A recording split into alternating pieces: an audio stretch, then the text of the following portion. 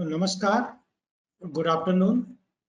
मैं एसपी अग्रवाल आईआईआरएस से हूं और मैं आज मेरा विषय है जलवायु परिवर्तन का जल संसाधन पर प्रभाव।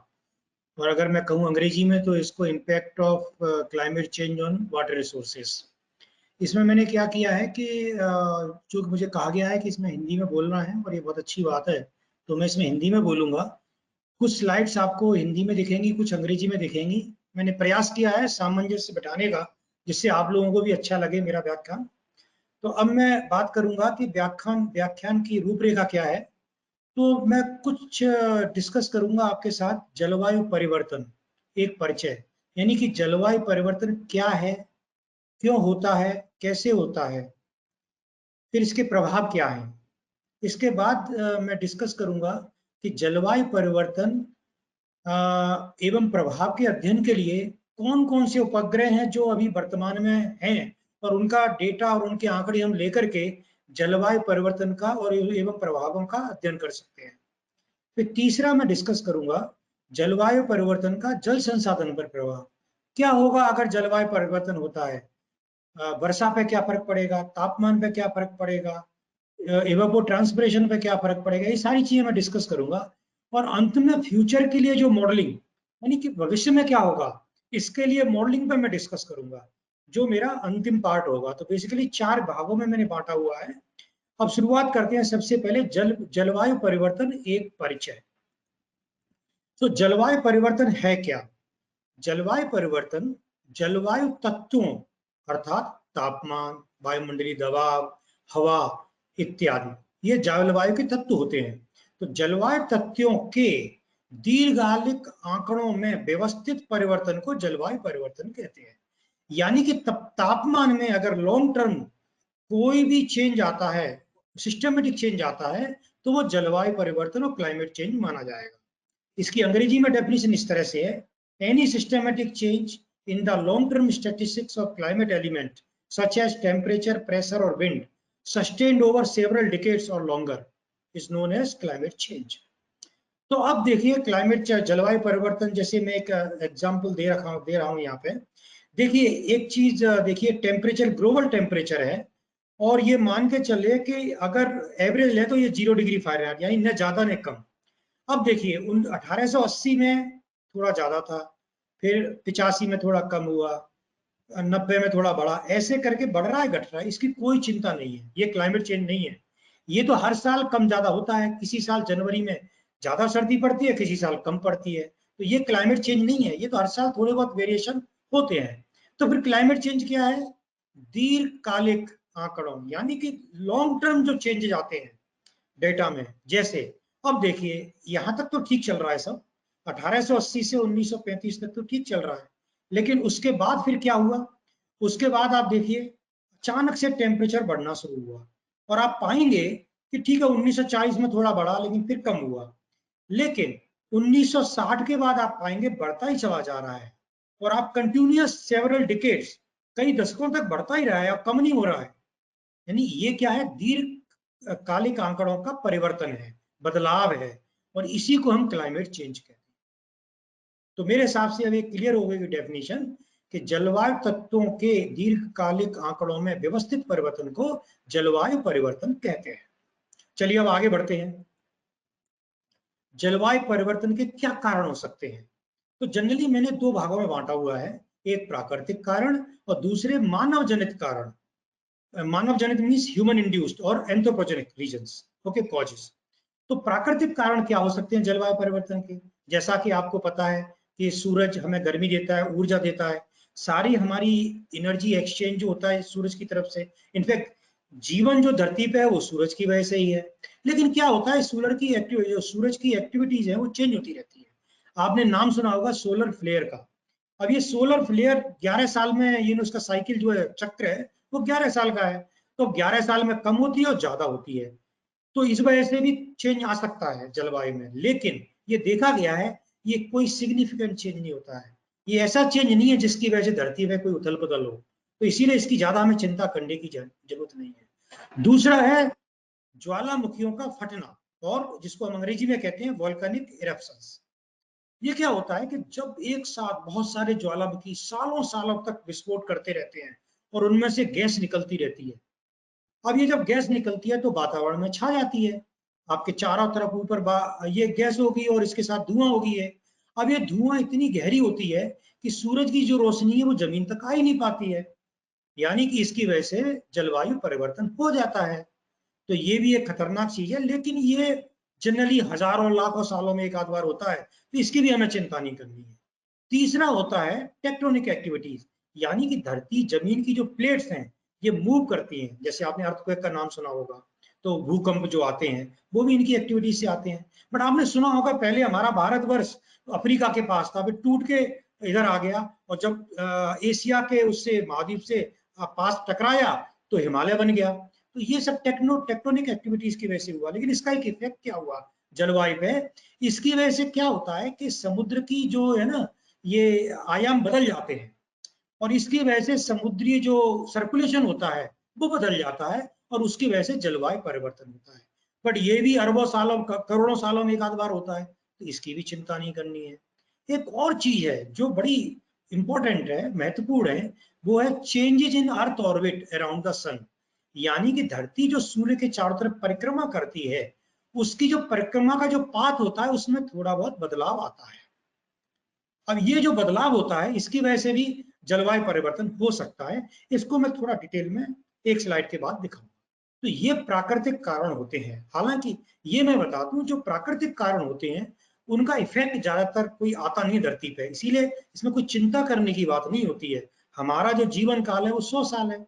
आप ज्यादा ही भाग्यशाली हैं तो 125 साल जी लेंगे, फ्यूचर में हो सकता है आप 200 साल जी लें। पर ये जो इनका चक्र होता है वो लाखों साल करोड़ों साल होता है। इसीलिए प्राकृतिक कारणों से जनरली जलवायु परिवर्तन की चिंता नहीं करनी चाहिए। तो फिर हमें चिंता किसकी करनी चाहिए? हमें चिंता करनी चाहिए मानव जनित कारणों की। मानव जनित कारण यानी एंथ्रोपोजेनिक और ह्यूमन इंड्यूस्ड रीजंस क्या हो सकते हैं? जैसे कि ग्रीन हाउस गैसेस का बढ़ना। अब आपको पता है ग्रीन हाउस गैसेस कौन सी है? Carbon dioxide, methane, nitrous oxide and water vapour. ये चार जो गैसेज हैं, इनको हालांकि ये चार गैस ऐसी होती हैं जो वाकई हमें प्रभाव डाल रही हैं हमारे वातावरण पे, हमारी जलवायु पे। इनका अध्ययन करना बहुत जरूरी है और इसको मैं आगे डिस्कस करूंगा। इसके अलावा एरोसोल्स भी हैं। लैंड यूज चेंज, ये भी एक बड़ा इंपॉर्टेंट चीज है। हम क्या करते हैं कि हम जंगलों को काट रहे हैं, उसकी वजह से क्या हो रहा है, जो कार्बन डाइऑक्साइड का सिंक है वो कम हो रहा है। यानी जहां कार्बन डाइऑक्साइड खपती है हमारी, वो कम हो रही है, इसका मतलब वातावरण में ज्यादा रह जाती है। तो ये भी एक ध्यान देने की चीज है। और डेवलपमेंटल एक्टिविटीज से, चाहे इंडस्ट्री हो चाहे व्हीकल हो, इसकी वजह से आपको पता ही है कि हम कितनी गैसेज छोड़ रहे हैं, और उसकी वजह से क्या हो रहा है, वातावरण ग्रीन हाउस इफेक्ट आ रहा है, और उसकी वजह से वातावरण गर्म हो रहा है। तो ये हो गए मानव जनित कारण। चलिए आगे बढ़ते हैं। तो अब मैं दिखाऊंगा आपको कि कैसे जो जलवायु परिवर्तन नेचुरल कॉज, जो मैंने बोला था कि अर्थ का जो ऑर्बिट चेंज होता है उसमें क्या चेंज होता है, आप जरा गौर से देखिए इसको। कि एक तो चेंज आपको पता है, अर्थ धरती ये सूरज के जो जमीन धरती होती है, पृथ्वी होती है, वो सूरज के चारों तरफ चक्कर लगाती है। और ये जो चक्कर का जो ऑर्बिट होता है, परिक्रमा होती है, ये इलिप्टिकल होती है। ठीक है ना? अब इलिप्टिकल ऐसे होती है, देखिए, है ना, ये ए हो गया, अगर आप निश्चित तौर पर गणित पढ़े होंगे, और ये बी हो गया। ए वाई बी माने एसेंट्रिसिटी। ये जो मिलानकोविच वेरिएशन होता है उसके अनुसार ऐसा है कि ये जो ए बाई बी है वो चेंज हो जाता है। यानी कि एक समय ऐसा होगा कि ये सूरज के पास आ जाएगा, और एक समय ऐसा होगा दूर चली जाएगी धरती से चक्कर लगाते समय। तो ये होता है जो कि परिक्रमा में चेंजेज होते हैं। ठीक है ना? इसको हम इसेंट्रिसिटी कहते हैं। लेकिन फिर इसका साइकिल है 1,100 के बाई, यानी 1,00,000 साल। 1,00,000 साल में ये परिवर्तन आते हैं। और वर्तमान में हमारी धरती कहीं बीच में है, तो चिंता करने की बात नहीं, बहुत अच्छी स्थिति में है। लेकिन इसका सूरज का फ्लक्स जो होता है, सूरज की गर्मी होती है, उस पर फर्क क्या पड़ेगा?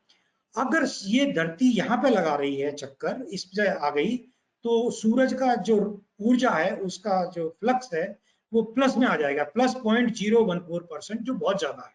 अगर ये यहाँ पहुंच गई तो माइनस में हो जाएगा, यानी -0.017%। जो काफी कम है। सूरज की रोशनी इतनी होती है कि 1% तो छोड़िए, 0.01% भी बहुत ज्यादा फर्क डाल सकती है, ठीक है ना। तो इसीलिए इसको मैंने बोला है कि सेंसिटिविटी का फर्क पड़ता है, लेकिन फिर भी 1 लाख साल है, चिंता करने की बात नहीं है। एक और चेंज आता है, जैसे आपको पता है धरती अपने एक्सिस पे झुकी हुई है, ये लंबवत नहीं है, थोड़ा सा एंगल है। और आपको पता होगा आजकल जो कोण है वो 23.5 डिग्री का है, लेकिन मिलानकोविच वेरिएशन के हिसाब से ये जो वेरी करती है 22 डिग्री से 24.5 डिग्री तक। तो आज की डेट में ये ऑलमोस्ट मध्य में है, चिंता करने की बात नहीं है, बिकॉज इसका जो चक्र है, साइकिल है, वो 41,000 साल है, फिर हमें चिंता नहीं करनी है। हालांकि इससे होगा क्या, जलवायु परिवर्तन, इससे मौसम चेंज हो जाएंगे, कभी मानसून ज्यादा होगा, हो सकता है मानसून कम हो जाए, मौसम जो परिवर्तन होगा, हो सकता है मानसून 2 महीने का रह जाए। ये सारी जो परिवर्तन आते हैं वो जो धरती झुकी हुई है इसीलिए आते हैं मौसम में परिवर्तन, तो वो परिवर्तन आएंगे, लेकिन चिंता करने की बात नहीं है, वो एक 41,000 साल का चक्र है। तीसरा है जो कि बहुत इसकी कोई ज्यादा इंपॉर्टेंस नहीं है, जैसे आप लट्टू घुमाते हैं तो थोड़ा बहुत अकेला घूम चारों तरफ घूमता ही नहीं है, थोड़ा बॉबल भी करता है, तो अर्थ भी इस तरह से थोड़ी बॉबल करती है, लेकिन उसका साइकिल 22,000 है, तो वो भी चिंता। तो ये हो गया मिलानकोविच वेरिएशन, यानी धरती की जो परिक्रमा है और जो एक्सिस है वो जो चेंज होता है, उसकी वजह से भी जलवायु परिवर्तन होते हैं। बट चूंकि हमारा जीवन काल बहुत कम है, हम मान लो 7 पीढ़ियों की भी बात करें तो 300 साल हो गए, इससे ज्यादा तो होता नहीं है, इसीलिए हमें चिंता करने की बात नहीं है। चिंता हमें कहाँ करनी है वो मैं अब इसके आगे बताऊंगा। चिंता हमें यहाँ करनी है कि जो मानव जनित जलवायु परिवर्तन हो रहा है उसने बहुत बड़ा उथल पुथल मचा दी है हमारी, मैं कहूंगा हमारी जिंदगी में, जिसको अभी हम समझ नहीं रहे हैं। इसको समझने की भी जरूरत है, लोगों ने देख भी लिया है आजकल, अब तो लोग कहने लगे हैं इस बात को कि वाकई बहुत बड़ी उथल पुथल हो रही है। क्या आपको याद है कि 1990 या 1980 में इस तरह के चक्रवात आया करते थे, इस तरह की भारी बारिश हुआ करती थी, होती थी, बट एक साथ नहीं। अभी क्या होता है, 100 मिलीमीटर बारिश तो 1 घंटे में बरस जाती है, उसके बाद 15 दिन तक बारिश नहीं होती है। चक्रवात अब बहुत सारे आने लग गए हैं, पहले कभी कभी 5-10 साल में एक आता था, अब तो हर साल भी 4-5 आ जाते हैं। उनमें से कुछ तो इतने भयंकर होते हैं कि जान माल का, खासकर माल का बहुत नुकसान होता है, जान का तो अब कम हो गया है, वो भी उपग्रहों की देन है, वो मैं आपको थोड़ा बाद में डिस्कस करूंगा। तो मानव जनित जो जलवायु परिवर्तन है वो क्या होता है, वो कैसे होता है। तो एक तो हम क्या कर रहे हैं, मैंने जैसे आपको बताया, लैंड कवर चेंज कर रहे हैं, हम लोग क्या कर रहे हैं, फॉरेस्ट काट रहे हैं, रोड बना रहे हैं, बिल्डिंग बना रहे हैं, हालांकि जरूरी है, लेकिन दोबारा से एफोरेस्टेशन करिए आप, क्यों हमेशा फॉरेस्ट काटते हो, कुछ लगाइए भी। दूसरा क्या है, फॉरेस्ट लगा के एग्रीकल्चर कर दी तो उसकी वजह से भी कुछ समस्या है। फिर तीसरा है इंडस्ट्री एक्टिविटीज होती हैं, इनमें गैस बहुत सारी निकल रही है, वेहिकुलर मूवमेंट होता है। अब जो गैसेज होती हैं, अब कौन कौन सी होती हैं और कितनी है, आपको जानकर आश्चर्य होगा कि जिन गैसों की हम चिंता कर रहे हैं वो इस वातावरण में बहुत कम है। पूरे वातावरण में, एटमॉस्फेयर में हमारा जो नाइट्रोजन है वो 78% है, ऑक्सीजन 21% है, यानी कि 99% तो यही दो गैसें हैं।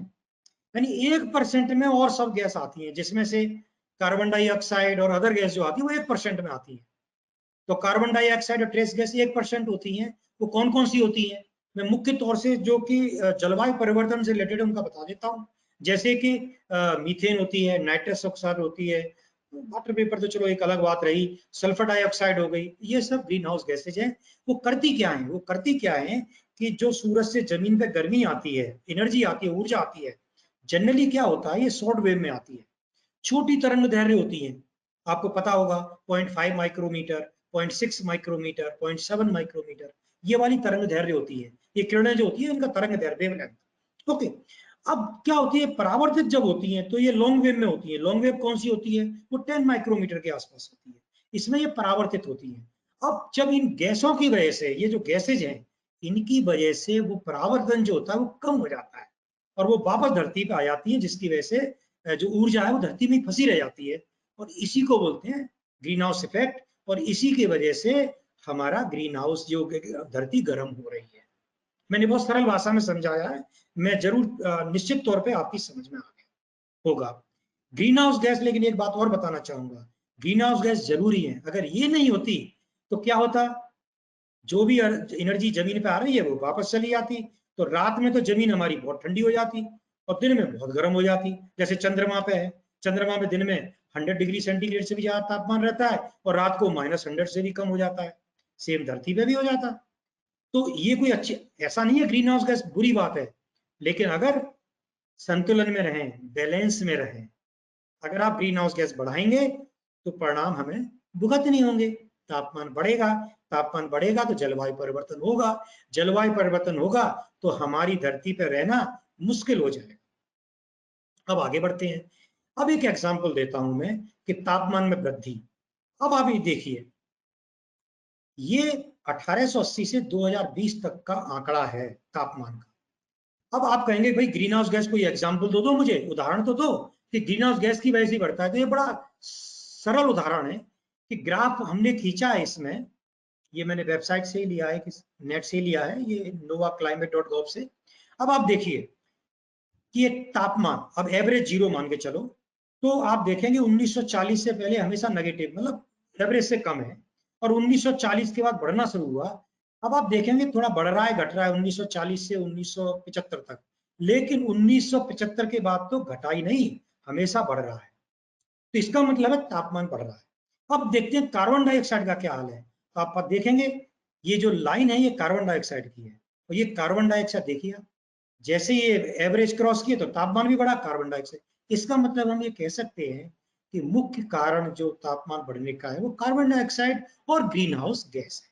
तो इस उदाहरण से आप समझ सकते हैं कि कैसे ग्रीन हाउस गैस और तापमान बढ़ने में एक रिश्ता है, एक रिलेशनशिप है इन दोनों में। तो भैया इसको रोकिए। अब ये कैसे रोकेंगे वो बाद की बात है, वो मेरा विषय नहीं है, लेकिन अब मैं आगे बढ़ता हूँ इससे। तो अब देखते हैं कि जो ग्रीन हाउस गैस, जैसे मैंने अभी थोड़ी देर पहले बताया, वो कैसे रुकती है। तो देखिए ये ग्रीन हाउस गैसेज है वातावरण में, है ना। अब क्या होता है, सूरज की रोशनी आई, जमीन पे आई शॉर्ट वेव में, जैसे मैंने आपको बताया 0.5 माइक्रोवेव मीटर, 0.6 माइक्रोवेव, इस वेवलेंथ पे आती है, शॉर्ट वेव लेंथ बोलते हैं हम इसको, ठीक है। अब जमीन से जब बाहर जाती है तो लॉन्ग वेव रेडिएशन में जाती है। अब यही एक समस्या है, आ तो जाती है क्योंकि शॉर्ट वेव होती है तो वो चीर लेती है इसको, ग्रीन हाउस गैसेस को, और अंदर आ जाती है। लेकिन जब ये जाती हैं तो लॉन्ग वेव हो जाती हैं। अब ये इन ग्रीन हाउस गैसेस क्या करती हैं, इनको ट्रैप कर लेती है, ये पार नहीं होने देती है इसके। थोड़ी बहुत जाती है, ज्यादा नहीं जाती है, और ये वापस आ जाती है जमीन पे, और इसी से धरती गर्म हो जाती है। तो ये होता है ग्रीन हाउस गैस इफेक्ट। और ये जो चेंजेस होते हैं इसको बोलते हैं हम रेडिएटिव फोर्सिंग, यानी कि इसको जो साइंस की भाषा में, विज्ञान की भाषा में वाट पर मीटर स्क्वायर में नापते हैं। यानी कितने वाट पर मीटर स्क्वायर, यानी 1 मीटर स्क्वायर एरिया में कितने वाट एनर्जी ट्रैप हो रही है, इसको बोलते हैं। अब ज्यादा एनर्जी टैप होगी ज्यादा गर्म होगा, कम एनर्जी टैप होगी कम होगा। तो इसको मैं थोड़ी देर बाद फिर समझाने की कोशिश करूंगा आपके लिए। तो land use land and climate change. Land use land cover change is a general term of human modification of earth, यानी हम क्या पेड़ काटते हैं, हम कर रहे हैं ना। तो इससे होता क्या है, अब देखिए, जंगल को हमने अगर कृषि में बदला, तो पहले तो है जंगल जब काटा तो कार्बन डाइऑक्साइड की सिंक, मतलब जो ये जंगल जो सोख लेते हैं वो नहीं सोख रहे हैं इनको, क्योंकि जंगल तो उसको इनहेल करते हैं ना, अंदर लेते हैं जंगल तो। अब वो तो आपने छोड़ दी तो वातावरण में CO2 बढ़ गई। दूसरा एक और नुकसान होता है, जब आप कृषि करते हो, एग्रीकल्चर करते हो, तो टिलेज करते हो, यानी खेत को जोतते हो। जब आप जोत रहे हो खेत को, तो क्या हो रहा है कि सॉइल को पल्वराइज कर रहे हो, अंदर का सॉइल बाहर आ रहा है, और उससे क्या हो रहा है, अंदर के सॉइल में जो कार्बन जमा हुआ है वो बाहर आ जाता है, और वो ऑक्सीजन के साथ मिलकर कार्बन डाइऑक्साइड बना रहा है, जो फिर वातावरण में जा रही है और CO2 बढ़ रही है। अब पेडी कल्टीवेशन मीथेन निकलती है, तो मीथेन भी बढ़ रही है। अब एग्रीकल्चर में आप नाइट्रोजन डालते हो ना, यूरिया डालते हो, तो नाइट्रस ऑक्साइड बनती है। वो भी, मैं ये नहीं कह रहा हूं कि मत करो, करो, लेकिन उसका कुछ इंतजाम भी करो कि भाई जो नुकसान आप कर रहे हो उसका फायदे के लिए एफॉरेस्टेशन करो। एग्रीकल्चर से, अच्छा आजकल क्या आ रहा है, कई खेतियों की जगह पे, बिकॉज हमें घर बनाने हैं, रोड बनाने हैं, तो एग्रीकल्चर को हम अर्बन एरिया में कन्वर्ट कर रहे हैं, तो हीट आइलैंड जनरेट हो रहा है। लैंड कवर जब चेंज होता है तो एल्बिडो भी चेंज होता है, और जब एल्बिडो चेंज होता है तो क्या होगा। अब जैसे मैं एक एग्जांपल बताता हूँ कि तापमान बदला, तापमान बदला तो क्या हुआ, एवापो ट्रांसपिरेशन, हाइड्रोलॉजिकल साइकिल, जो जल चक्र बोलते हैं इसको, हाइड्रोलॉजिकल साइकिल या वाटर साइकिल, तो जल चक्र बोलते हैं, उसमें बदलाव आएंगे। जल चक्र में एक सबसे इंपॉर्टेंट जो तत्व होता है वो एवापो ट्रांसपिरेशन होता है। अब तापमान बढ़ा तो आपको पता है इवापोरेशन बढ़ जाएगा। इवापोरेशन बढ़ेगा तो जब किसी भी वाटर बैलेंस इक्वेशन या किसी भी एनर्जी बैलेंस इक्वेशन में आप एक चीज चेंज करते हो तो सारी चीजें चेंज हो जाती हैं। तो जब आप तापमान बढ़ाओगे तो ईटी चेंज हो गया, इसका मतलब और सब चीज भी चेंज हो जाएंगी, तो पूरा हाइड्रोलॉजिकल साइकिल चेंज हो जाएगा। तो यही एक चिंता का विषय है, और मैं आगे थोड़ा इस पर प्रकाश डालूंगा। तो अब वो वाली बात आ गई रेडिएटिव फोर्सिंग की। तो वैज्ञानिकों ने जो अपनी 5th रिपोर्ट है आईपीसीसी, उसमें ये 4 सिनेरियो जनरेट किए हैं, यानी कि भविष्य में 4 परिदृश्य बनाए उन्होंने कि किस तरह से हमारा भविष्य हो सकता है। यानी कि अगर हम ये कार्बन डाइऑक्साइड का जितना उत्सर्जन हो रहा है इसको रोक लें, तो मान के चलें कि हमारा जो रेडिएटिव फोर्सिंग है वो 2.6 वाट पर मीटर स्क्वायर ही रहे, इससे आगे नहीं बढ़े, तो 2100 में हमारी धरती बैलेंस में आ जाएगी और ये तापमान वृद्धि रुक जाएगी। इसको हम बोलते हैं आरसीपी 2.6, रिप्रेजेंटेटिव कंसंट्रेशन पाथवेज 2.6 का मतलब ये जो रेडिएटिव फोर्सिंग जो एनर्जी धरती में ट्रैप हो रही है 2.6 वाट पर मीटर से ज्यादा नहीं बढ़नी चाहिए। और कार्बन डाइऑक्साइड का जो कंसंट्रेशन है वो 490 ppm पार्ट पर मिलियन, 10 लाख में एक पार्ट, तो 10 लाख में 490 पार्ट से नहीं ज्यादा नहीं बढ़ना चाहिए। आजकल कितना है हमारा पीपीएम CO2? अराउंड 405-410 के करीब हो गया है। आपको पता है 1900 से पहले कितना था?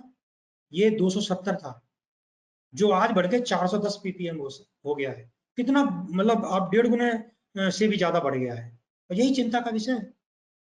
तब फिर उन्होंने बोला कि दूसरी सिचुएशन कि हम ज्यादा चिंता, थोड़ी बहुत चिंता करेंगे, ज्यादा चिंता नहीं करेंगे, तो क्या होगा? तो 4.5 वाट पर मीटर यानी CO2 कंसंट्रेशन 650 तक पहुंच जाए। ये एक चिंता का विषय है, लेकिन इसमें भी देखा गया 2100 के बाद सुधार आने लगे।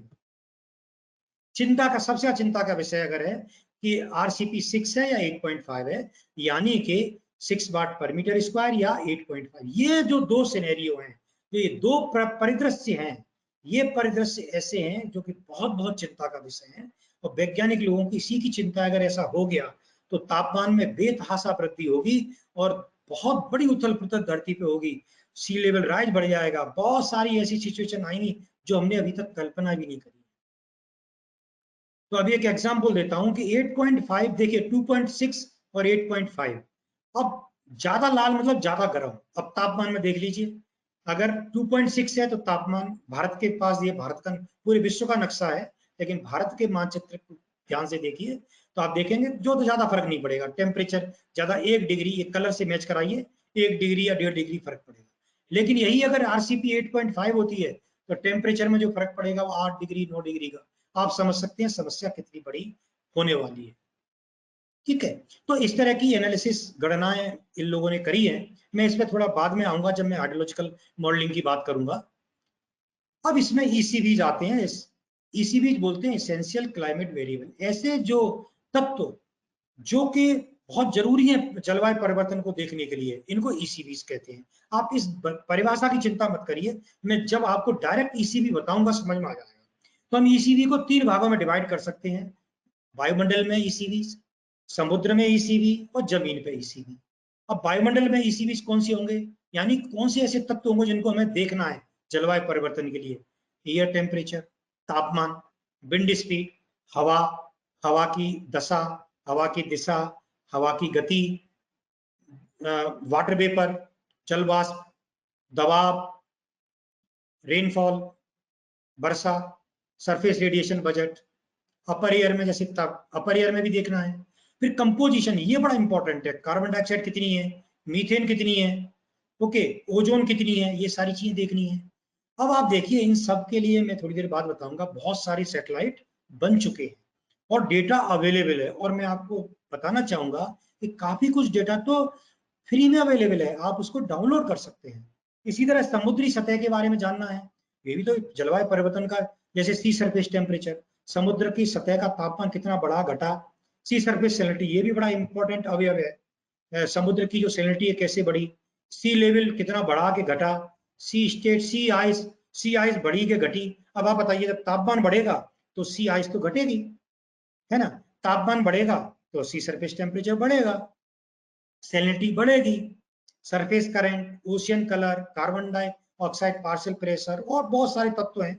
सब सरफेस, समुद्र के सब सरफेस में भी कुछ चेंजेस आएंगे, वो भी हमें देखने हैं। और जमीन पे आएंगे, जमीन पे जैसे क्या आएगा, लैंड यूज लैंड कवर में चेंज, लीफ एरिया इंडेक्स, ये जो जितना वेजिटेशन है उसमें क्या चेंज आएगा, सॉइल कार्बन में क्या चेंज आएगा, सॉइल मॉइस्चर में क्या चेंज आएगा, फायर बढ़ेंगी कि घटेंगी, निश्चित तौर पर बढ़ेंगी। पहले जंगल की आग बहुत कम लगती थी, अब तो ठंडे मुल्कों में भी जंगलों की आग लगने लगी है। आपको पता होगा कि अब बड़ा आम बात हो गई है कि अमेरिका के कैलिफोर्निया में बड़ी कॉमन है कि आग लगने लगी है।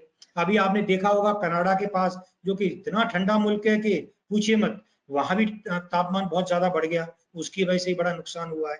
ये सारे चेंजेस आने वाले हैं। हाइड्रोस्फीयर लेक में क्या चेंज आया, रिवर डिस्चार्ज में क्या चेंज आया, वाटर यूज में क्या, ये हमारे लिए बहुत जरूरी है। और क्रायोस्फीयर, स्नो कवर, ये दोनों जो कंपोनेंट है ये हमारे लिए बहुत जरूरी है। तो अब देखते हैं कि क्लाइमेट चेंज में इंडिकेटर्स क्या होते हैं, एजेंट्स क्या होते हैं, और इम्पैक्ट में हमें क्या देखना चाहिए। तो इंडिकेटर्स क्या होंगे? अगर मैं कहूं कि आप कुछ नहीं जान रहे हो, आप पता लगाइए कि क्लाइमेट चेंज हो रहा है कि नहीं, तो कैसे पता लगाएं? तो इंडिकेटर जैसे ग्लेशियर रिट्रीट, ग्लेशियर पीछे भाग रहा है, पोलर आइस कम हो रही है कि ज्यादा हो रही है, सी आइस कम हो रही है कि ज्यादा हो रही है, सी राइज, सी बढ़ रहा है कि घट रहा है, समुद्र तल बढ़ रहा है कि घट रहा है। ओके, टिम्बरलाइन फॉरेस्ट जो है, पहले देवदार के पेड़ 1600 मीटर पे मिल जाते थे, अब वो 1800 मीटर पे मिल रहे हैं। है ना? देवदार आप जो घूमे होंगे पहाड़ों पे, शिमला में, मसूरी में, आपने देखे होंगे अचानक 1600 मीटर के बाद, हाइट के बाद अचानक देखते हो जैसी मसूरी आने वाली होती है, जैसी शिमला आने वाली होती है, खूबसूरत देवदार के पेड़ दिखने लगते हैं। तो क्या ये ऊपर जा रहे हैं? क्या आप 1600 मीटर पे नहीं है? ये अपने आप में शो करता है इंडिकेटर क्लाइमेट चेंज हो रहा है। डेजर्टिफिकेशन बढ़ रहा है कि घट रहा है, फ्लड बढ़ रहे हैं कि घट रहे हैं, ड्राउट बढ़ रहे हैं कि घट रहे हैं, ये सब इंडिकेटर है। और आप रिमोट सेंसिंग डेटा से बहुत सारी चीजों की आप पहचान सकते हैं। अब एजेंट, एजेंट कौन कौन से हैं? ग्रीन हाउस गैसेज हैं, जैसे कार्बन डाइऑक्साइड है, नाइट्रस ऑक्साइड है, मीथेन है, वो कार्बन मोनोऑक्साइड, बहुत सारी है। बट कार्बन डाइऑक्साइड सबसे इंपॉर्टेंट है। Biomass burning, forest fire, terrestrial carbon change कितना हो रहा है ना, ये सारी चीजें हैं। पर इम्पैक्ट, इम्पैक्ट किस पे पड़ेगा? इम्पैक्ट एग्रीकल्चर पे पड़ेगा, इम्पैक्ट हाइड्रोलॉजी पे पड़ेगा, इम्पैक्ट कोस्टल जोन पे पड़ेगा, प्रभाव इसका ओशियन प्रोडक्टिविटी पे पड़ेगा, यानी मछली कम हो जाएंगी, आपको मछली पकड़ने और दूर जाना पड़ेगा, लैंड सरफेस चेंज होंगे, ये सारे बदलाव। तो देखिए, मैंने बताया कि जलवायु परिवर्तन के इंडिकेटर्स, एजेंट्स एंड क्लाइमेट। अब हम देखेंगे आगे कि कौन कौन से उपग्रह हैं। तो ये देखिए, एक इंडिकेटर मैंने बताया कि देखिए 1900 में ये देखिए ग्लेशियर यहां तक था, जो कि 2008 में घट के पीछे चला। अब आते हैं कौन कौन से सैटेलाइट हैं। तो सबसे पहले कार्बन डाइऑक्साइड, जिसकी सब चर्चा कर रहे हैं कि भाई कार्बन डाइऑक्साइड बढ़ाओ, इसके लिए एक सैटेलाइट है OCO2, ऑर्बिटिंग कार्बन ऑब्जर्वेटरी। आजकल OCO3 आ गया है, जो कि मई 2019 में छोड़ा गया है, एकदम लेटेस्ट है। और ये क्या करता है, ये कार्बन डाइऑक्साइड वातावरण में कितनी है इसका पता लगाता है। ठीक है ना? ये कैसे पता लगाता है, थोड़ा मैं सिद्धांत दे रहा हूं, ज्यादा समझने की जरूरत नहीं है, बस एक चीज याद रखिए, जो वेवलेंथ होती है हमारी, जब प्रकाश आता है ऊपर से, सूरज से, तो इसमें क्या होता है कि ये टकराता है हमारी गैसेस से, फिर जमीन पे आके जमीन से टकराता है, पेड़ों से टकराता है, फिर ये परावर्तित होता है। अब ये जो परावर्तन है, और क्या होता है, या तो वो अंदर जा रहा है, एब्जॉर्ब हो रहा है, सूख रही है कोई कोई भी ऑब्जेक्ट होता है, या परावर्तित होता है। तो ये परावर्तन है वो डिपेंड करता है कौन कौन से तत्व हैं। अब कार्बन डाइऑक्साइड के लिए देखा गया है कि दो इंपॉर्टेंट वेवलेंथ होती है, एक होती है 1.61 और एक होती है 2.06। अगर कार्बन डाइऑक्साइड बढ़ती या घटती है तो इन वेवलेंथ पे एब्जॉर्प्शन बढ़ जाता है। इसीलिए इसमें ये दो बैंड होते हैं। इस घटने बढ़ने से हम पता लगा लेते हैं कि कार्बन डाइऑक्साइड बढ़ रही है कि घट रही है। तो इंस्ट्रूमेंट पहले जमीन टेस्ट किए जाते हैं, फिर सैटेलाइट में छोड़े जाते हैं, और ये जो इंस्ट्रूमेंट होते हैं वो ये पूरे इसको, धरती को देखते रहते हैं और इनका ऑब्जर्वेशन लेते रहते हैं। सिमिलरली आइस सेट, ये हमारा क्रायोस्फीयर के लिए अच्छा होता है, यानी बर्फ कितनी है, गली कि नहीं गली, हाइट कम हो रही है। अगर मान लो किसी पहाड़ में बर्फ जमी हुई है, उसकी हाइट कम हो रही है, इसका मतलब क्या है, बर्फ गल रही है। तो ये सब हम इस सैटेलाइट आईसैट 1, अब तो आईसैट 2 भी आ गया है, 2018 में छोड़ा था, ये भी एक सैटेलाइट है। फिर क्रायोसैट भी है, वो भी इसी काम आता है। आप निश्चिंत रहिए, इसकी ज्यादा चिंता मत करिए, बिकॉज एक एक सैटेलाइट को बताने में काफी समय लगेगा। मैं आपको मोटा मोटा बता रहा हूं, आप बाद में इसको देख लीजिए। अब एक दे रहा हूं मैं, सैटेलाइट से देखा गया, ये आर्कटिक की आइस है, जो एनिमेशन चल रहा है आप देखेंगे पिंक लाइन ये बॉर्डर है, यानी एवरेज है। अब आप देखिए यहाँ पे 1979 से देखा गया है। शुरू में आप देखोगे ये कर्सर मूव कर रहा है, मैं दोबारा से इसको देखूंगा, अभी आप गौर से देख लीजिए इसको। अब देखिए शुरू में क्या था, शुरू में देखिए ये बिल्कुल ये आइस कम ज्यादा हो रही है और वापस इसी पिंक लाइन पे पहुंच रही है। 293, 1993, अब 2000 के बाद देख पा रहा हूं मैं ये टच ही नहीं कर रही है इसको। तो उपग्रह से बड़े आराम से ये चीज दिख जाती है। इसका मतलब है कि आर्कटिक आइस पिघल गई और ये क्लाइमेट चेंज का सबसे बड़ा सबूत है और ये चिंता का विषय। चलिए अब आगे बढ़ते हैं। अब जैसे क्लाउड के बारे में जानकारी करनी है तो क्लाउड सेट है।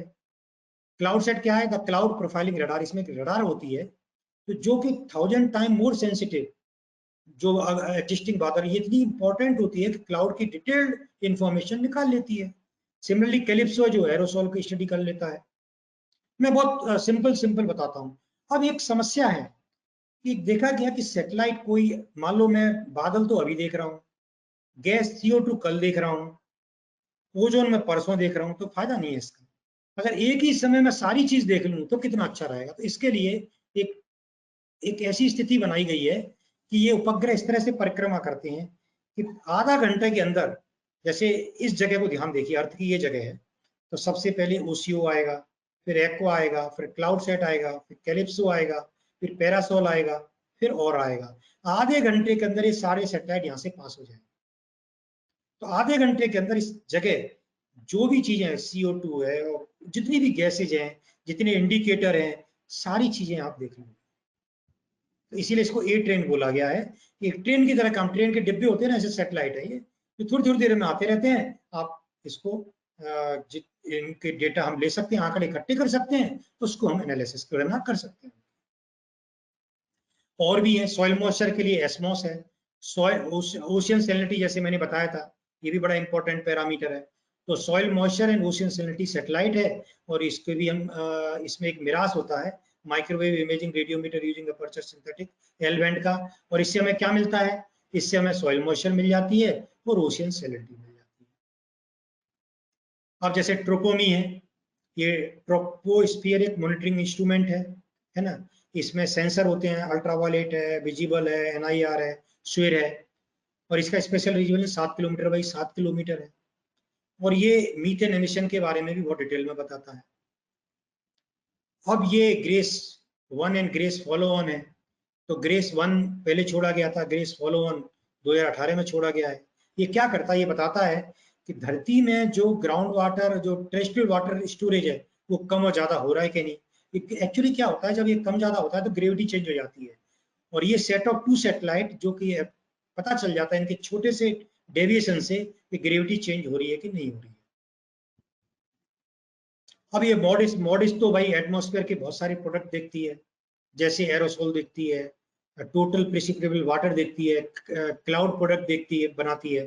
फिर सरफेस, जमीन के बारे में, surface reflectance, land surface temperature, land use land cover, leaf area index, evapotranspiration, ये सब बताते हैं। क्रायोस्फीयर में snow cover, sea ice cover, और ओशियन में भी जैसे आपको सी सरफेस टेम्परेचर। ओके, तो इस तरह के पैरामीटर ये बता देता है। तो मैंने आपको ECV बताया था, आप देखेंगे मॉडिस एक ऐसा सेंसर है जो ECV के बहुत सारे पैरामीटर निकाल लेता है। लेकिन कुछ सेंसर बड़े एक्सक्लूसिव हैं जो बहुत एक्यूरेट है, जैसे आपने देखा OCO बहुत एक्यूरेटली कार्बन डाइऑक्साइड निकाल लेता है। इसी तरह से because CO2 is very very important for climate change, है ना। इसी तरह से मैंने आपको एक और बताया एस्मो, जो सॉइल मॉइस्चर और सैलिनिटी, इस तरह के कुछ एक्सक्लूसिव हैं। और ये इन जनरल बड़ा ब्रॉड सैटेलाइट है। ऑरा, ऑरा किस काम आता है? ये आता है to monitor earth ozone layer, air quality and climate, ठीक है ना। एक और सैटेलाइट है। अब एक और सैटेलाइट है MetOp A. MetOp A use for operational meteorology. Okay, so ये बड़ा इंपॉर्टेंट है, जिसमें बहुत सारी provide coverage of most areas of planet earth measuring the atmospheric ozone, the distribution of surface ultraviolet radiation and the amount of nitrogen dioxide. Okay. अब इसमें एक और है जो आजकल बड़ा कॉमन है, बड़ा चल रहा है, Suomi NPP, Suomi national polar orbiting partnership का नाम है इसका बेसिकली फुल फॉर्म। पर इसमें होता क्या है? इसमें एक एडवांस टेक्नोलॉजी माइक्रोवेव साउंडर होता है, ये microwave radiometer which will help create global moisture and temperature. बहुत सारी चीजें हैं जो एक एक करके देखेंगी। मैं अगर आप चाहेंगे तो मैं ये पीपीटी आपके साथ शेयर कर लूंगा, पीडीएफ, सो आप इसको डिटेल में पढ़ लें, बिकॉज 1 घंटे के लेक्चर में ये संभव नहीं है कि मैं आपको डिटेल में हर चीज बताऊं। तो इनको पढ़ लीजिए, आपके बड़े काम आएंगी। मैं अभी अभी वो जो मेन चीज मेरी बची हुई है कि क्या इम्पैक्ट आएगा जल विज्ञान पर, वो मैं आपको थोड़ी देर में बताने वाला हूँ। ऐसे ही मेगा ट्रॉपिक ये भारतीय उपग्रह है, जिसमें जैसे कि मैं आपको एक एग्जाम्पल देता हूँ कि इसमें एक चैनल है 80.7 गीगाहर्ट्ज वाला, जो कि होता है ocean rain and surface wind बताता है। एक चैनल है 23.8 गीगाहर्ट्ज वाला, जो इंटीग्रेटेड वाटर वेपर बताता है। ऐसे करके चैनल है। तो ये मद्रास, मद्रास का मतलब है microwave analysis and detection of rain and atmospheric structure. ऐसे ही एक चैनल है इसमें सफायर, जो कि वर्टिकल प्रोफाइल ऑफ ह्यूमिडिटी। तीसरा है scarab, scanner for radiation budget, ये हमें पूरे धरती का रेडिएशन बजट बताता है। एनर्जी कितनी आई, ये भी तो बहुत जरूरी है जानना, और कितनी गई। तो ये जो उपग्रह ये भी बहुत सारे आंकड़े देता है हमको। अब ओशियन सेट 2 ओशियन सेट के बारे में बताता है, हवा कितनी है, ओशियन कलर यानी कि chlorophyll content and all these things. सरल ये सी लेवल राइज बढ़ा के घटा, ये बताता है, ये भी बड़ा इंपॉर्टेंट है जलवायु परिवर्तन के लिए। इनसेट 3 मौसम की जानकारी, आजकल आप देख ही रहे होंगे कि जितने भी उपग्रह के चित्र आ रहे हैं वो इनसेट 3D और 3DR से आ रहे हैं। ये हमको बताता है कहाँ वर्षा होगी कहाँ नहीं होगी, कहाँ पे क्लाउड है कहाँ नहीं है, क्लाउड टॉप टेम्परेचर कितना है, ये सारी इंफॉर्मेशन हमको देता है।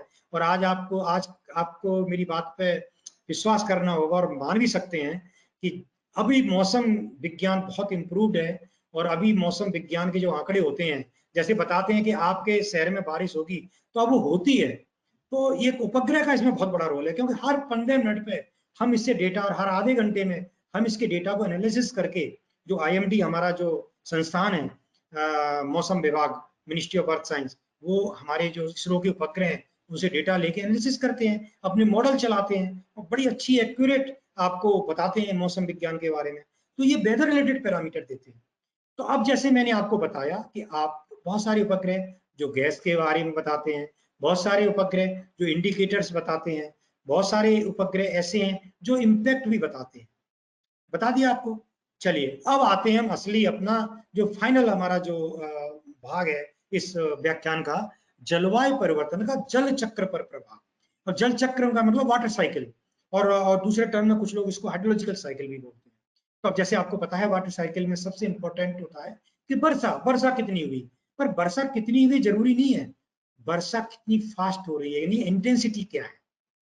अगर कोई वर्षा, मान लो 10 मिलीमीटर की वर्षा 1 घंटे में हुई, चिंता होती है, पानी भर जाता है शहरों में। यही वर्षा अगर पूरे दिन में होगी, रिमझिम वर्षा होगी, कोई चिंता नहीं है, बड़ा बढ़िया रहेगा, आप भी इंजॉय करोगे मौसम को। और जमीन में जो धीरे धीरे रिमझिम वर्षा होगी, जमीन में पानी जाएगा, अच्छा ग्राउंड वाटर रिचार्ज होगा, जमीन हमारी रिचार्ज हो जाएगी।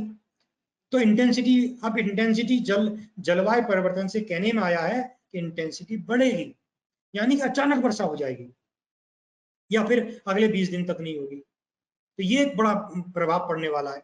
फ्रीक्वेंसी, अब क्या होगा, वर्षा तो होगी लेकिन फ्रीक्वेंसी हो सकता है कम हो जाए, यानी कि 10 दिन में हो सकता है 5 ही दिन, पहले 10 दिन होती थी, 5 ही दिन हो, ज्यादा हो लेकिन 5 ही दिन हो।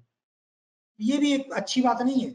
हम चाहते हैं कि वर्षा रोजाना हो, बढ़िया तरह से पानी इकट्ठा होता रहे, है क्या नहीं। मैग्नीट्यूड हो सकता है बढ़े, हो सकता है घटे, मैं थोड़ी देर बाद बताऊंगा आपको बढ़ रहा है कि घट रहा है। एक मेरा अध्ययन है जो कि कृष्णा बेसिन पे, उसके बारे में बताऊंगा। फ्लड बढ़ेंगे कि घटेंगे, अब आप देख ही रहे हैं फ्लड बढ़ गए हैं, फ्लड ही नहीं बढ़े हैं, ड्राउट भी बढ़ गए हैं। आपको जान करके ये आश्चर्य होगा कि अब ये सिचुएशन आ गई है जलवायु परिवर्तन की वजह से, एक ही जगह पे फ्लड भी होता है और वहां सूखा भी होता है। क्यों हो रहा है ऐसा, इसीलिए हो रहा है कि अचानक वर्षा हुई, बहुत सारी तरफ खूब सारा पानी बरस गया, फ्लड आ गया, पानी तो बह गया समुद्र में, नदी में गया, नदी से समुद्र में चला गया, जमीन में तो रुका नहीं ना। फिर क्या हुआ, अगले 15 दिन बारिश नहीं हुई। अब फसल को तो पानी तो चाहिए ना, जैसे आपको रोजाना पानी चाहिए, फसल को भी 5-6 दिन में एक आध बार पानी चाहिए, 10 दिन में एक आध बार पानी चाहिए, वो तो मिल नहीं रहा है, तो सूखा भी हो रहा है। ये समस्या हो रही है, धीरे धीरे कई जगह देखी गई है। चेंज इन इवापोट्रांसपिरेशन, निश्चित तौर पर जब तापमान बढ़ेगा, तो अब आप देखते हो कि जब जैसे ही टेम्परेचर बढ़ता है कपड़े जल्दी सूखते हैं, तो यानी इवेपोरेशन बढ़ता है, सिमिलरली इवेपोट्रांसपिरेशन भी बढ़ेगा। जब तापमान बढ़ेगा तो ट्रांसपिरेशन बढ़ेगा, तो वो भी एक चिंता का विषय है। यानी कि इरिगेशन वाटर रिक्वायरमेंट, यानी कि जो हमारे सिंचाई का रिक्वायरमेंट है वो बढ़ जाएगा, क्योंकि क्रॉप ज्यादा पानी लेने लगेगी, फसल ज्यादा पानी लेने लगेगी, यानी हमें ज्यादा पानी सप्लाई करना पड़ेगा। तो ये भी एक चिंता का विषय है। रिचार्ज पैटर्न भी घट जाएगा। यानी कि मेरी एक स्टडी है जो मैं दिखाऊंगा आपको कि कैसे महानदीवेशन हमारा स्टडी शो करती है कि वर्षा भले ही बढ़ गई लेकिन जमीन में जो रिचार्ज हो रहा है पानी का वो कम हो जाएगा। तो ये भी चिंता का विषय है। रन ऑफ में भी चेंज आएगा। सी लेवल राइज तो आपको पता ही है, बढ़ ही रहा है और बढ़ेगा, इसमें कोई शक की बात नहीं है, क्योंकि पिघल रहा है, बर्फ पिघल रही है, वो सी लेवल राइज बढ़ रहा है। ठीक है ना। तो ये एक छोटे तत्वों के बारे में मैंने बताया, और आगे बढ़ते हैं। अगर मैं कहूं, समराइज करूं, जिसको कह सकता हूं कि जलवायु परिवर्तन से सरफेस वाटर और ग्राउंड वाटर पे फर्क पड़ने वाला है। जलवायु परिवर्तन से फ्लड की इंटेंसिटी बढ़ेगी, फ्रीक्वेंसी बढ़ेगी, मैग्नीट्यूड बढ़ेगा। जलवायु परिवर्तन से सूखे की इंटेंसिटी बढ़ेगी, फ्रीक्वेंसी बढ़ेगी, मैग्नीट्यूड बढ़ेगी। ग्लेशियर कम होंगे, स्नोफील्ड कम होंगे। ग्राउंड वाटर, अब जब ग्राउंड वाटर कम होगा तो क्वालिटी में फर्क पड़ेगा। ज्यादा होता है तो क्वालिटी अच्छी होती है, पानी कम होगा तो इम्प्योरिटी तो बढ़ गई ना, इम्प्योरिटी उतनी है।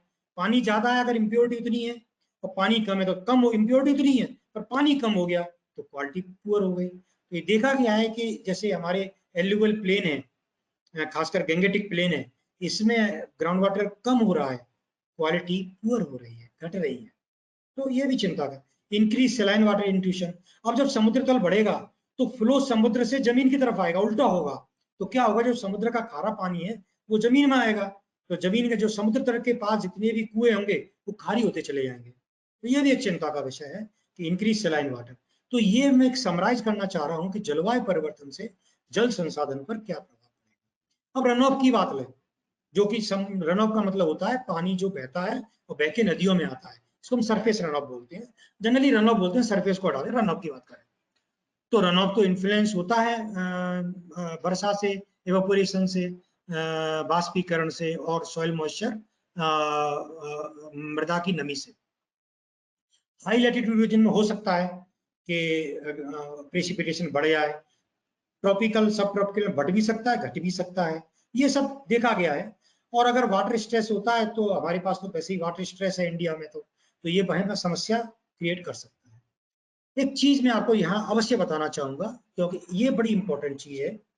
ये देखा गया है कि जितने भी क्लाइमेट मॉडल आपने देखे होंगे और प्रिडिक्शंस देखे होंगे, ये जो प्रिडिक्शन है वो जनरल सर्कुलेशन मॉडल होते हैं, उनके ऊपर होती है।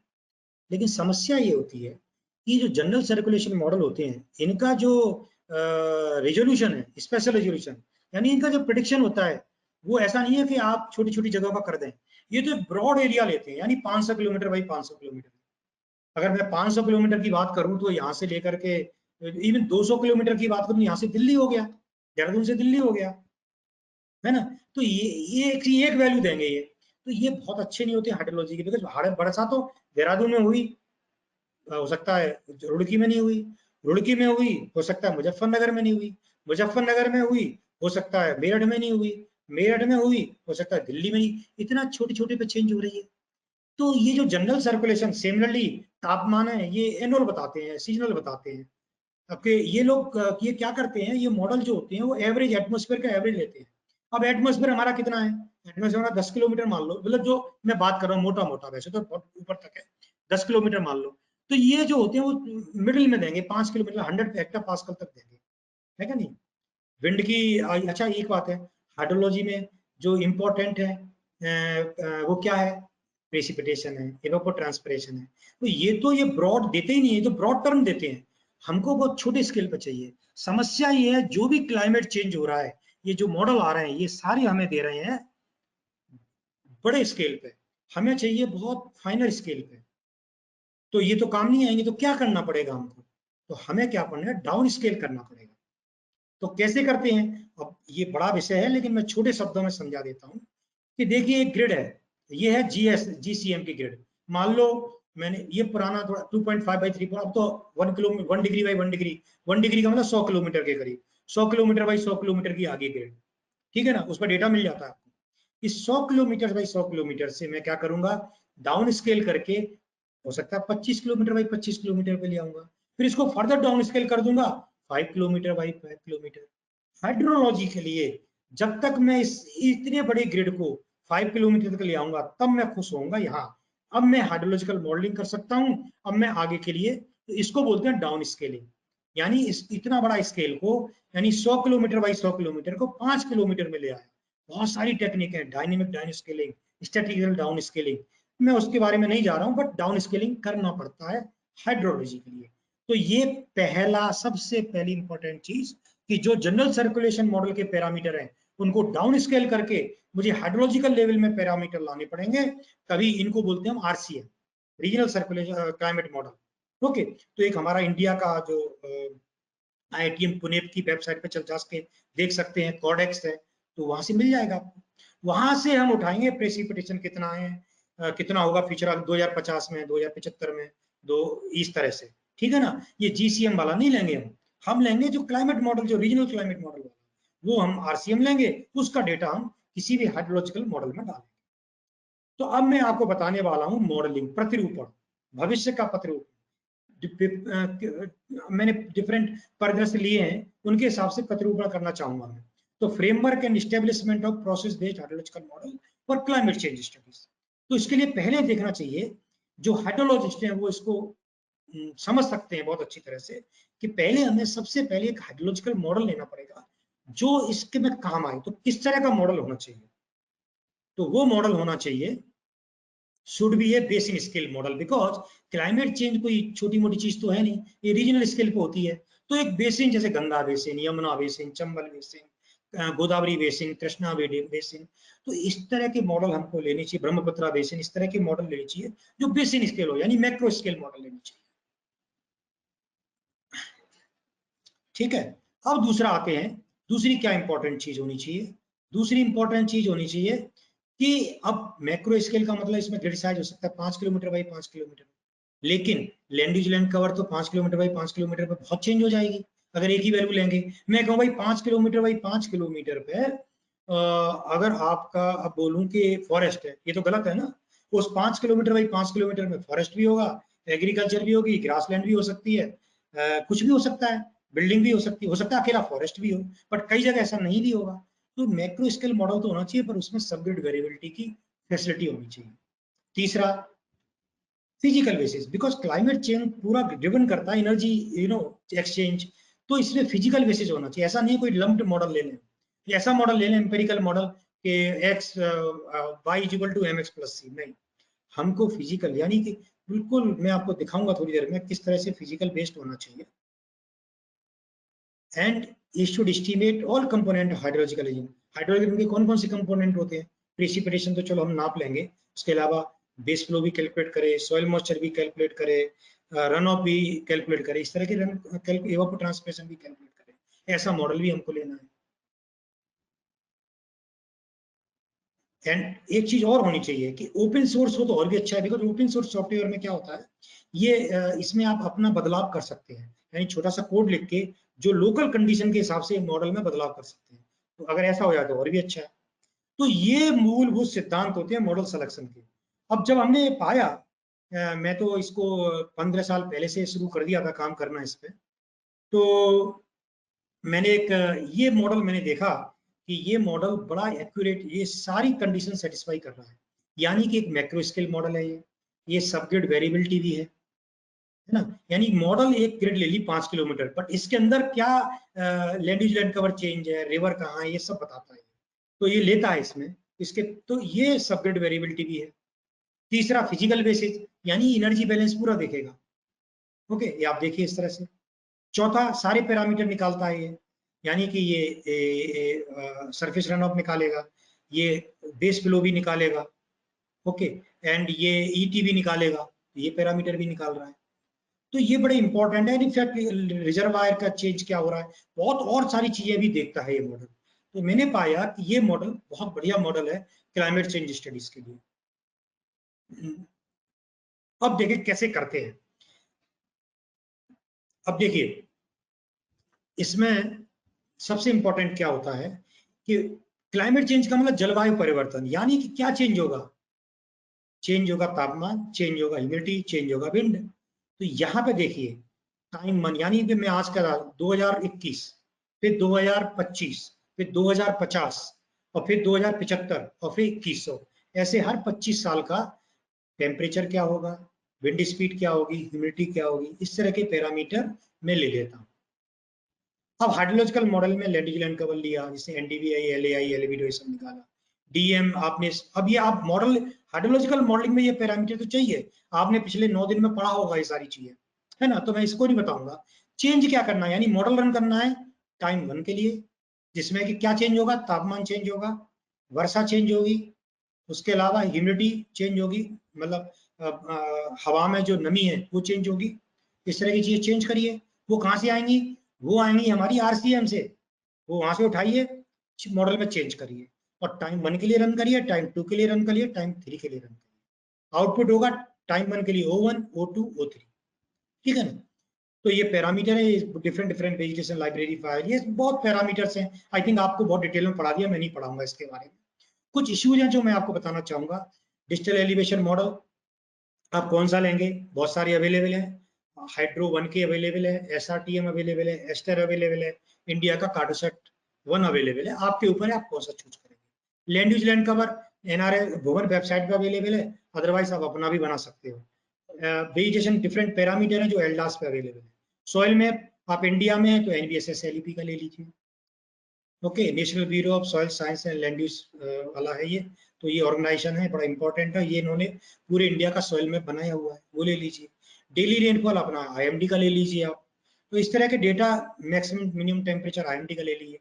लेकिन फ्यूचर का क्या लेंगे, जैसे मैंने बताया कोई आरसीएम चूज कर लीजिए, जैसे कि आईआईटीएम पुणे का कोडेक्स वेबसाइट पर जाइए, कोडेक्स डेटा मिलता है, वो आप ले लीजिए, ठीक है ना। अब वो सब ले लिए, अब मॉडल रन कर दिया।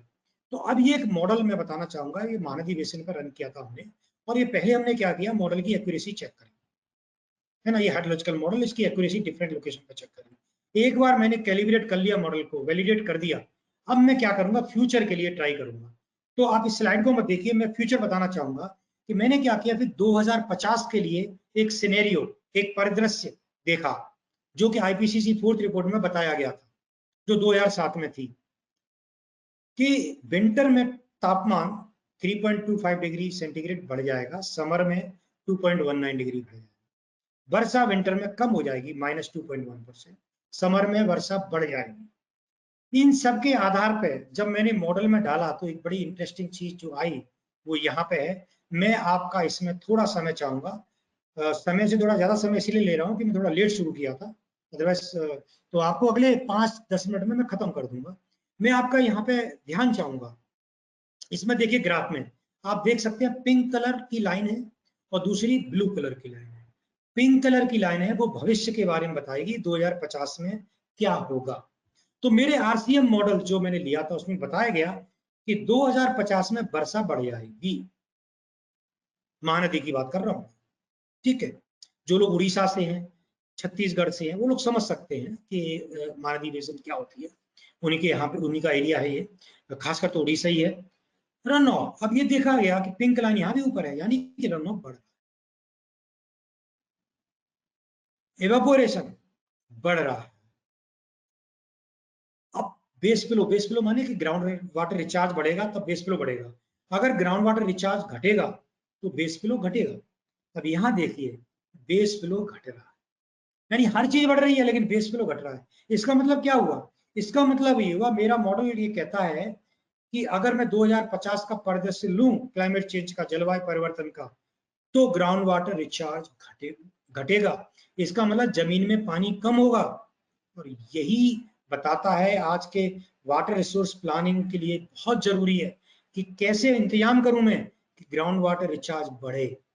क्या मुझे ऐसे नए डैम बनाने पड़ेंगे, चेक डैम बनाने, वाटर हार्वेस्टिंग स्ट्रक्चर्स बनाने पड़ेंगे, ग्राउंड वाटर रिचार्ज स्ट्रक्चर्स बनाने पड़ेंगे अपने एरिया में, जिससे ग्राउंड वाटर बढ़ता रहे न कि घटे। तो इस तरह की मॉडलिंग से ये फायदा होता है। अब मैं आपको ले चलता हूं महानदी से कृष्णा बेसिन। तो ये कृष्णा बेसिन जैसे आपको पता है, ये कृष्णा बेसिन है जो मेनली आंध्र प्रदेश में रहती है, तेलंगाना भी पार्ट है इसका, ये महाराष्ट्र में भी कुछ पार्ट है, कर्नाटक में भी कुछ पार्ट है। तो ये अलग अलग कर्नाटक में कितनी है हमारे, ये सब है। ये पूरा बेसिन है, कृष्णा बेसिन है, आप देख सकते हैं। आप बहुत लोग जानते भी होंगे, बहुत लोग उस एरिया के भी होंगे इसमें। तो इसमें किया क्या हमने, हमने क्या किया कि डिजिटल एलिवेशन मॉडल लिया, स्लोप निकाला, एलिवेशन निकाला, फ्लो डायरेक्शन निकाला, वाटरशेड डिलीनियस किया, लैंड यूज लैंड कवर लिया 2005 का, फिर बेसिन बनाई उसकी, फिर सॉइल मैप लिया। ये सब लेने के बाद में फिर हमने क्या किया, यहाँ से मेट्रोलॉजिकल डेटा लिया, पास्ट एंड फ्यूचर। अब पास्ट का तो हमारे पास आईएमडी का है, फ्यूचर का कहाँ से लिया, मैंने जैसे बताया एक क्लाइमेट मॉडल आरसीएम से लिया, है ना। तो temperature, precipitation and wind speed ये सब लिया, फिर हमने मॉडल में फिट किया, फिर बिग मॉडल लगाया हमने इसमें। इससे हमको पास्ट का, वर्तमान का, फ्यूचर का रन ऑफ मिला, इवेपो ट्रांसपिरेशन मिला, प्रेसिपिटेशन मिला। और इससे हमने दिखाया कि जलवायु परिवर्तन का प्रभाव, जलवायु परिवर्तन का प्रभाव रन ऑफ पे क्या पड़ा, इवेपो ट्रांसपिरेशन पे क्या पड़ा, और प्रेसिपिटेशन। तो आप देखिए, ये देखिए 2000 से 2100 के बीच में अब दो परिदृश्य हैं, यानी एक है कि 8.5 आरसीपी रहता है, एक है 4.5। आप देखोगे प्रेसिपिटेशन में जो वेरिएशन है बहुत ज्यादा आ रहा है 8.5 पे, 4.5 में अगर ब्लू लाइन देखोगे कम हो रहा है। टेम्परेचर, टेम्परेचर आप देखोगे यहाँ ब्लू लाइन 8.5 है, यानी टेम्परेचर 8.5 पे बढ़ेगा और 4.5 पे कम होगा। सिमिलरली ये है मैक्सिमम, ये मिनिमम टेम्परेचर था, मैक्सिमम टेम्परेचर, मैक्सिमम टेम्परेचर 8.5 होगा तो बहुत ज्यादा बढ़ेगा, 4.5 होगा तो कम बढ़ेगा। जैसे मैंने आपको बताया था रीजन, CO2 कंसंट्रेशन बढ़ेगा तो टेम्परेचर बढ़ेगा। तो देखिए हमारा मॉडल भी यही कह रहा है, आरसीएम भी यही कह रहा है। लेकिन अब इसको हाइड्रोलॉजिकल मॉडल में रन करने के बाद जब हम रन ऑफ देखते हैं तो बहुत ही स्ट्रेंज रिजल्ट आते हैं। अब इसमें ब्लू कलर है एनुअल रन ऑफ, आप देखोगे कि एक्सट्रीम वैल्यू अगर 8.5 होता है तो बहुत ज्यादा है, बजाय ब्लू कलर के। रेड कलर मानिए 8.5 यानी बहुत ज्यादा है, ब्लू कलर में कम। यानी कि रन ऑफ बढ़ेगा, लेकिन क्या आएंगी, बहुत ज्यादा रन ऑफ बढ़ेगा, बाढ़ ज्यादा आएंगी, ये बिल्कुल निश्चित तौर पे। सो रन ऑफ तो बढ़ेगा लेकिन रुकेगा नहीं आपकी जमीन में, ये बढ़ के कहाँ जाएगा, बह के समुद्र में जाएगा। आपकी जमीन में तो बढ़ा ही नहीं ना। आप तो चाहते हो मेरी जमीन में ही पानी रहे जिससे कृषि अच्छी हो, जिससे मुझे ड्रिंकिंग वाटर मिले, लीन पीरियड में भी मेरे हैंड पंप से या सबमर्जिबल पंप से पानी मिले। तो ये एक ये बड़ी इंपॉर्टेंट स्टडी है जो ये दिखाती है। अब इसको हमने देखा हाइड्रोलॉजिकल एक्सट्रीम, वही जो बात कर रहा था, इसका ये क्वांटिफिकेशन किया। और मैंने ये देखा, ये हमारे वैज्ञानिक है डॉक्टर बेवगर, उन्होंने काम किया है इस पे, और बहुत अच्छा काम है ये, कि count, number of count extreme event के कैसे पड़े। आप देखोगे कि जो 85 से 4, हर 20 साल में चेक किए हैं ये, 85 से 4 में जो एक्सट्रीम इवेंट कम थे वो ये बढ़ते चले जा रहे हैं। आप देख रहे हो, ये देखिए बढ़ते चले गए। 4.5 में इतना बदलाव नहीं आ रहा है, ये आरसीपी 8.5 पे बहुत ज्यादा बदलाव। तो ये बहुत क्लियर है कि एक्सट्रीम इवेंट बढ़ेंगे, नुकसान होने वाला है जलवायु परिवर्तन से।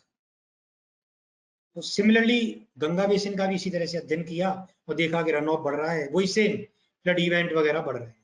तो ये किसी भी बेसिन का हम देख रहे हैं, ये पा रहे हैं कि एक्सट्रीम इवेंट बढ़ रहे हैं, फ्लड बढ़ रहे हैं, ड्राउट बढ़ रहा है। तो ये बड़ा समस्या हो गई है, इरिगेशन रिक्वायरमेंट, वाटर रिक्वायरमेंट बढ़ रहा है, और ये हमें अब सोचना है। तो ये मैं बस अपने व्याख्यान को यहीं पे विराम दूंगा। सो धन्यवाद।